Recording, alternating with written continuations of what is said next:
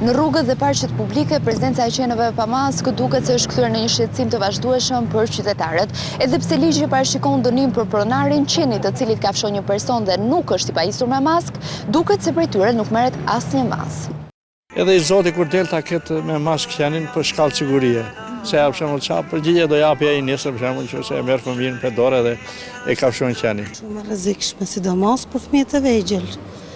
Dhe kur janë të shoqëruar nga prindër, nga gjyshe, prapë rrezikshme është. Derisa nuk zbatohen, patjetër që po kafshojnë fëmijët dhe po kafshojnë gratë që dalin me karrocë me fëmijë. Edhe merren në vende, jo në vende kështu publike ku kalojnë. Sipas mjekëve veteriner, pronarët duhet të tregojnë më shumë përgjegjësi gjatë shëtitjeve me kafshët e tyre shtëpiake.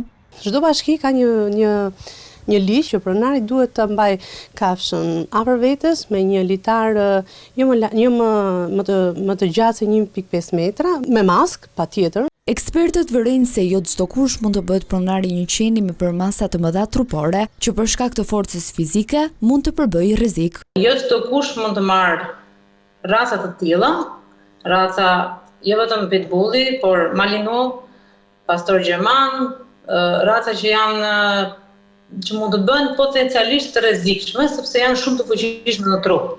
Problemi sipas ekspertëve mbetet edhe mungesa e hapësirave të dedikuara për shëtitjen e kafshëve. Vetëm gjatë vitit të kaluar, një 13 vjeçar pësoi plagë të rënda nga kafshimet në muajin mars, ndërsa në qershor, një tjetër fëmijë vetëm 5 vjeç u sulmua brenda oborrit të një banese duke përfunduar në spital. Edhe pse mungon një statistikë e saktë për këto incidente, problematika mbetet shqetësuese.